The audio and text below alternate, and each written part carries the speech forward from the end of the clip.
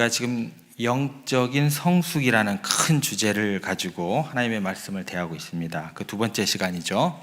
오늘 두 번째 시간의 제목은 거짓의 껍질을 벗고 진실로 서라라는 제목으로 함께 은혜를 나누고자 합니다. 우리가 인생길을 걷다 보면 때로 이해할 수 없는 기근을 만날 때가 있습니다. 물질의 기근, 또 건강의 기근, 또 관계의 기근, 때론 영혼의 메마름이라는 깊고 깊은 기근을 만나기도 합니다. 그 고통스럽고 막막한 결핍의 시간이 실은 우리의 영혼을 가장 진실되게 만들고자 하시는 하나님의 놀라운 은혜의 통로가 된다는 사실, 여러분 진짜 믿으시는가요? 예, 자신 없죠? 예. 믿기는 하겠는데 아멘이라고 대답하기가 쉽지 않습니다. 예, 근데 그게 은혜의 통로래요. 오늘 말씀을 통해서 우리에게 주시는 메시지가 그겁니다. 그 고난의 시간은 우리가 쓰고 있던 모든 가면을 벗겨내게 되고 또 가장 정직한 모습으로 하나님 앞에 서게 만들고 또 마침내 우리의 삶 전체로 우리의 행동으로 그 진실됨이 증명되도록 우리를 이끌어 가기 때문에 그게 은혜래요. 인정하기 싫으시죠? 예, 왜 고통이 우리 가운데 주어져야 되는가? 은혜의 통로다라는 그 내용이죠. 예. 그래서 오늘 본문은요, 굉장히 우리에게 불편하게 합니다. 혹독하지만 은혜로운 수술대 위에 오른, 영적인 수술대 위에 오른 야곱의 아들들, 그 형제들을 통해서 우리로 그 신앙 가운데 거하기를 원하시는 하나님의 말씀이 됩니다. 야곱의 형들은요, 야곱의 가족들은 굶주림을 해결하기 위해 찾아갔던 이집 땅에서 상상조차 하지 못했던 일을 겪고 이제 무거운 발걸음으로 또 두려운 마음으로 아버지 야곱에게 서게 됩니다. 야곱에게 서서 하는 얘기가 이제 29절 30절 말씀인데 어떤 무거운 마음으로 또 두려운 마음으로 서게 되는지 29절 30절 저희들이 함께 읽어보겠습니다. 그들이 가나안 땅에 돌아와 그들의 아버지 야곱에게 이르러 그들이 당한 일을 자세히 알려 아뢰되 그 땅의 주인인 그 사람이 엄하게 우리에게 말씀하고 우리를 그 땅에 대한 정탐꾼으로 여기기로. 이 보고를 딱 들은 야곱의 마음이 어땠을까요? 예. 아들들이 전한 소식의 핵심은 그야말로 청천벽력 같은 것이 되었을 것입니다. 무슨 얘기냐면 아버지 큰일 났습니다. 우리 진짜 큰일 났어요. 이집트 온 땅의 주이신 그분이 우리를 정탐꾼으로 여기고 있습니다. 여러분 한번 상상해 보시기 바랍니다. 정탐꾼이라는 죄명은요, 뭐예요? 그냥 그 자리에서 죽여도 변명할 수가 없어요. 목이 타나라도 할 말이 없는 무서운 국가 반역 죄입니다. 근데 그 처지가 된 거예요. 그러니까 온 가족의 생명이 그야말로 바람 앞에 등불처럼 밑에오는 순간이에요. 거기다 아들까지 하나 두고 왔잖아요. 이거 이제 어떻게 구해오냐는 거예요. 정탐꾼으로 이제 오해를 받게 되었는데 까딱 잘못하면 다 죽게 생겼거든요. 양식은 고사하고. 그 절체절명의 위기 앞에서 이집트의 막강한 권력자 요셉이 그들에게 요구하는 건 뭐예요?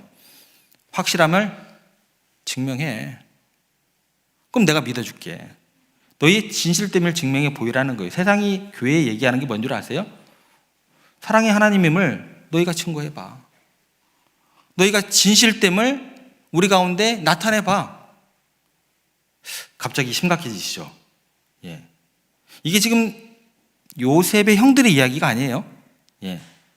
너희들이 정탐꾼이 아니라는 것을 도대체 무엇으로 입증할 건데 이 얘기가 되는 거예요. 굉장히 심각해지시는 표정들이 안 좋아지십니다. 갑자기. 예, 이 얘기입니다. 이 사슬퍼런 그런 질문 앞에서 형제들은 자신들도 모르게 오랫동안 기억의 저편으로 필사적으로 그들이 밀어냈겠죠. 의지를 가지고. 마음속 가장 깊은 곳에 단단히 봉인해 두었던 한 사람의 이야기를 드디어 꺼내놓기 시작합니다. 실토한다 그러죠, 우리가. 예. 그렇게 봉인해 두었던 기억 저편으로 막 잊으려고 노력을 했던 의지를 가지고 한 사람의 이야기를 꺼내놓고 시작하는 게 32절 말씀입니다. 어떤 봉인된 이야기를 기억의 저편으로 던져버렸던 이야기를 꺼내는지 32절 말씀 저희가 같이 읽어보겠습니다.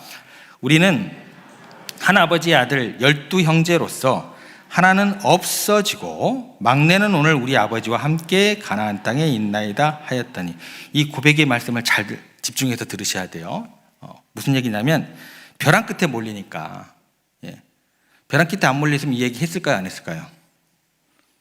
안 하죠. 아유, 인간들이 어떤 존재들인데요. 사기꾼이 내가 사기꾼입니다 얘기하는 거 보셨어요? 예. 이단 사이비가 내가 사이비입니다 라고 얘기하는 거 보셨어요? 교주입니다 얘기하는 거 보셨어요? 여기 옆에 통일교죠? 예. 홀리 머더, 독생녀. 거기에 대해 친절하게 이제 설명까지 써놨더라고요. 나는 독생녀입니다. 문선명이 죽고 난 다음에 그 구원의 사역이 이루어지지 않았기 때문에 이제 독생녀를 세우셔가지고 모든 사람을 구원할 거래요. 그리고 이렇게 예, 광고를 써놨어요. 통일교에서. 이 야곱의 형들도, 야곱의 아들들도 마찬가지입니다. 벼랑 끝에 몰리니까 굶어 죽을 지경이 되어 찾아간 그곳에서 정탐꾼이라는 누명까지 쓰게 되니까 그들이 비로소 스스로 입으로 그동안 애써 외면했던, 결코 다시 떠올리고 싶지 않았던 한 형제에 대한 이야기를 꺼내놓고 있는 겁니다. 벼랑 끝에 몰린 거죠. 그래서 실토를 하게 되는 거예요. 근데 재밌는 게 뭔지 아세요? 이 실토하는 그 내용이 어떻게 전개되는가 여러분들 주목해 보셔야 돼요. 뭐라고 얘기를 하냐면 우리는 원래 12형제입니다. 여기까지는 괜찮아요. 사실이죠. 근데 그 뒤에 얘기를 뭐라고 하는가 잘 들어보세요. 하나는 뭐라고 나와요? 없어지고. 어찌 보면 없어진 거 맞죠, 그죠? 여러분 이 말을 내뱉는 순간 그들의 본심이 어땠을까요? 지난 20년의 세월이 죄책감으로 얼룩졌던 그 기나긴 세월이 순간 그들의 뇌리를 번개처럼 스쳐 지나가지 않았을까요? 그런데 정말 없어졌어요? 아침 안개처럼 그냥 공기 속으로 샥 사라져버렸어요? 아니죠. 자기들이 없애버린 거잖아요. 안개같이 사라진 게 아닙니다. 자기들이 없앴잖아요. 그죠? 그들의 시기와 질투로, 그들의 분노와 미움으로 직접 자기들의 손으로 동생을 은 20에 미디안 상인들에게 노예로 팔아넘긴 거잖아요. 뭐가 없어졌어요? 그죠? 그 끔찍하고 잔인한 죄악을 뭐라고 표현해요? 없어졌어요.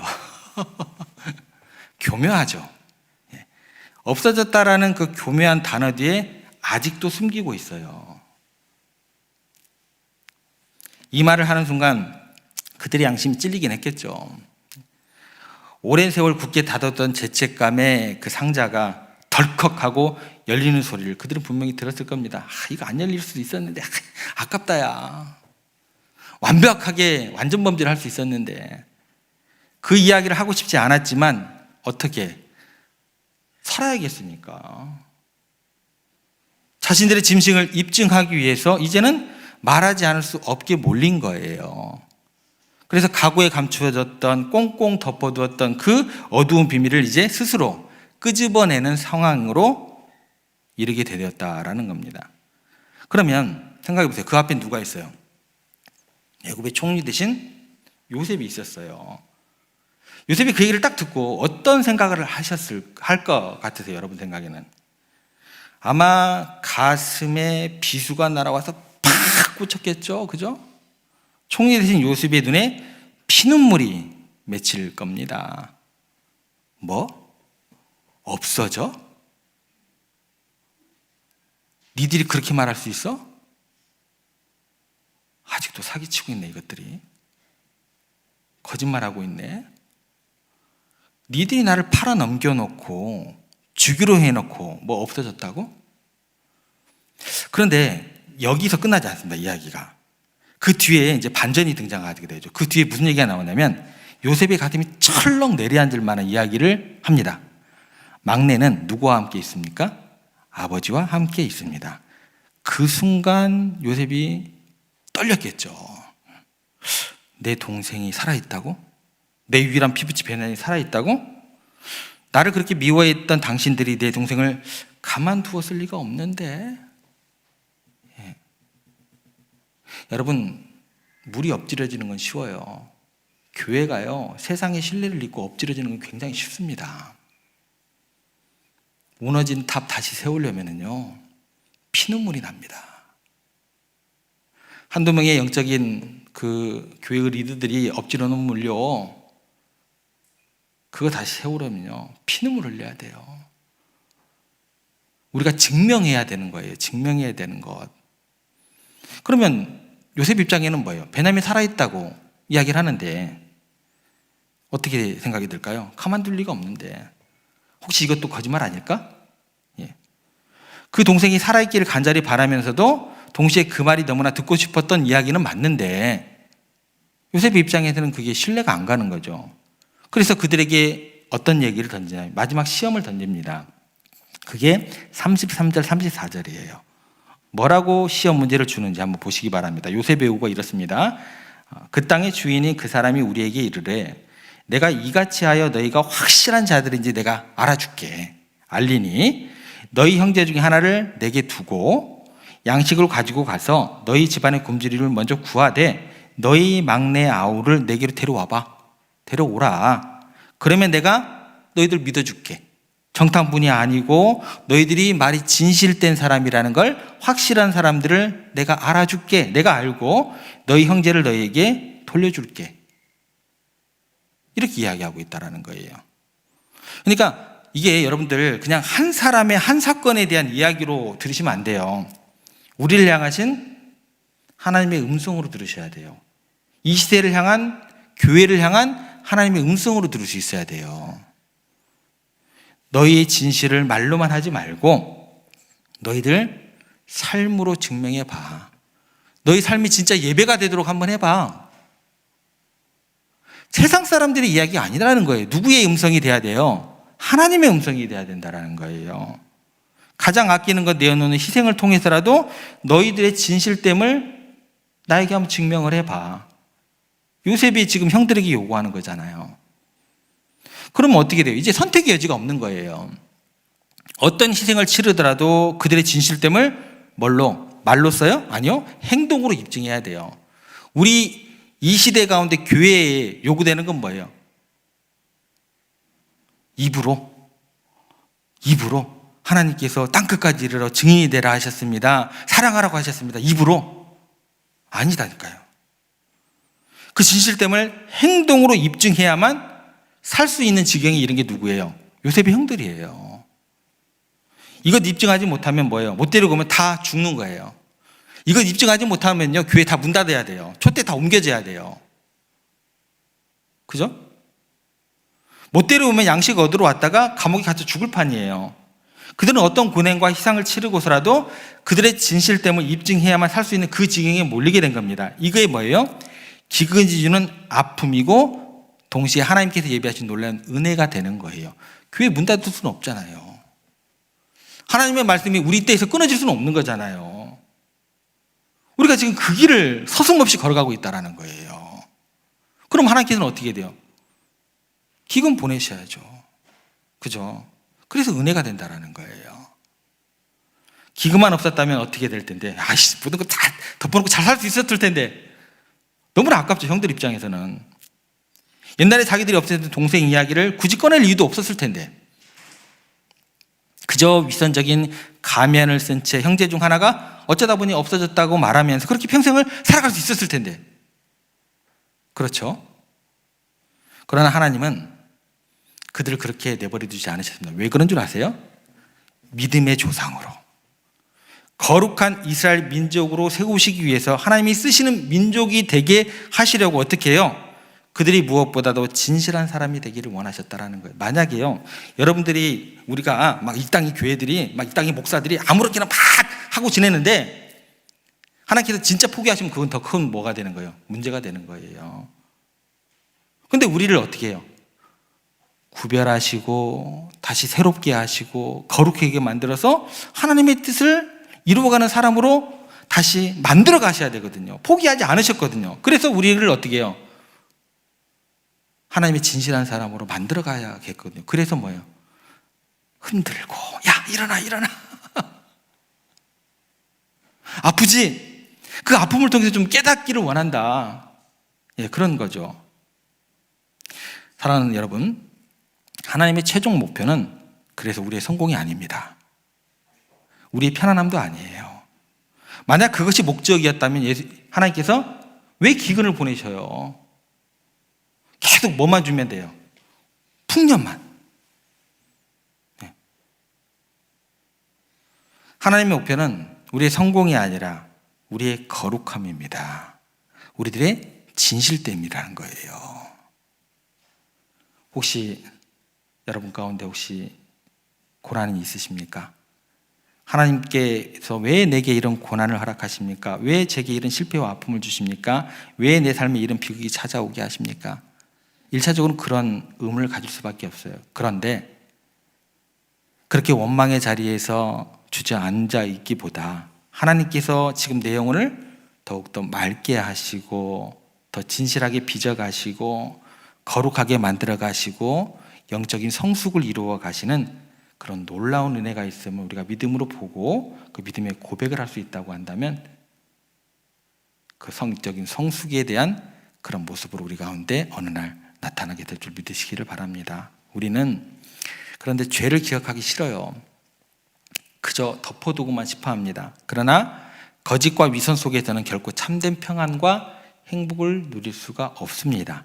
거짓은 우리의 육체를 병들게 하고 우리의 정신을 피폐하게 만들어서 우리를 우울증에 시달리게 하게 하고 우리의 영혼을 파괴하는 무서운 독이 되기 때문에 그래요.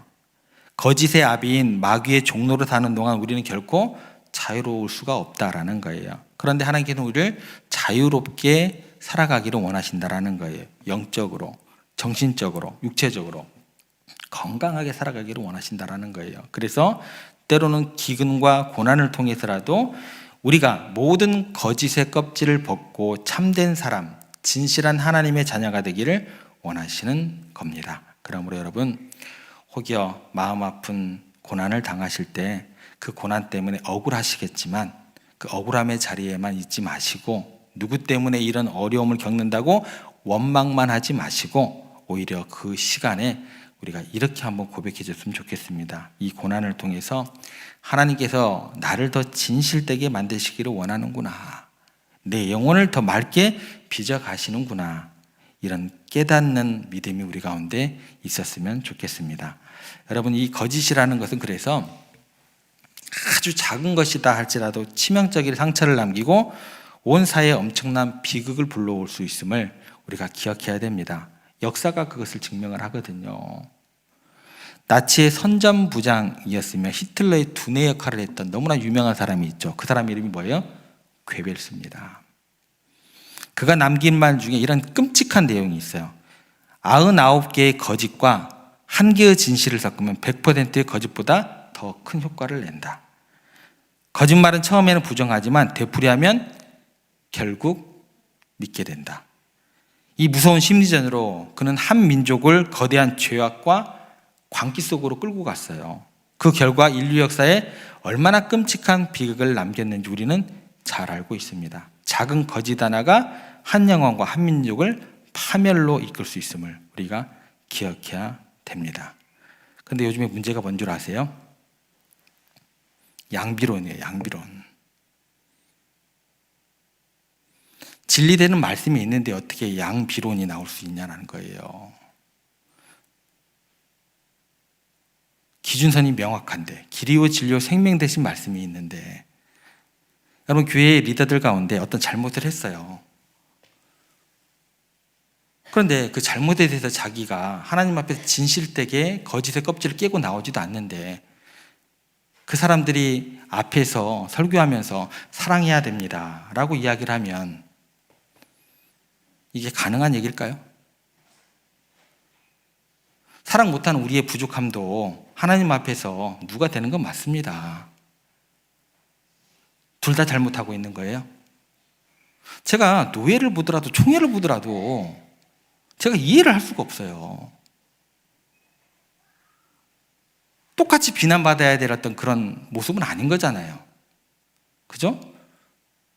하나님의 말씀은 정해져 있기 때문에 각자의 자리에서 사랑하지 못함에 대해서 회개할 것이고 더 크게 하나님의 복음을 방해했던 그 길을 갔던 것에 대해서는 더 철저하게 자복하는 심령으로 머리에 죄를 쓰고 옷을 찢으면서 통곡하면서 무릎 꿇는 기도를 통해 하나님께 나아가야 되는 거 아닌가요? 근데 다 같이 잘못했대요. 뭘 다 같이 잘못을 했는가 모르겠습니다. 저는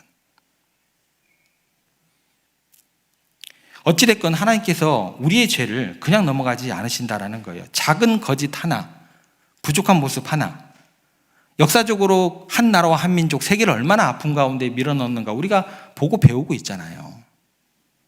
그래서 하나님께서는 우리의 죄를 그냥 넘어가지 않으십니다. 아무리 아프고 고통스러워도 우리의 죄를 반드시 직면하게 하신다라는 거예요. 예수 그리스도의 십자가가 바로 그 가장 크고 명백한 증거가 되더라는 거예요.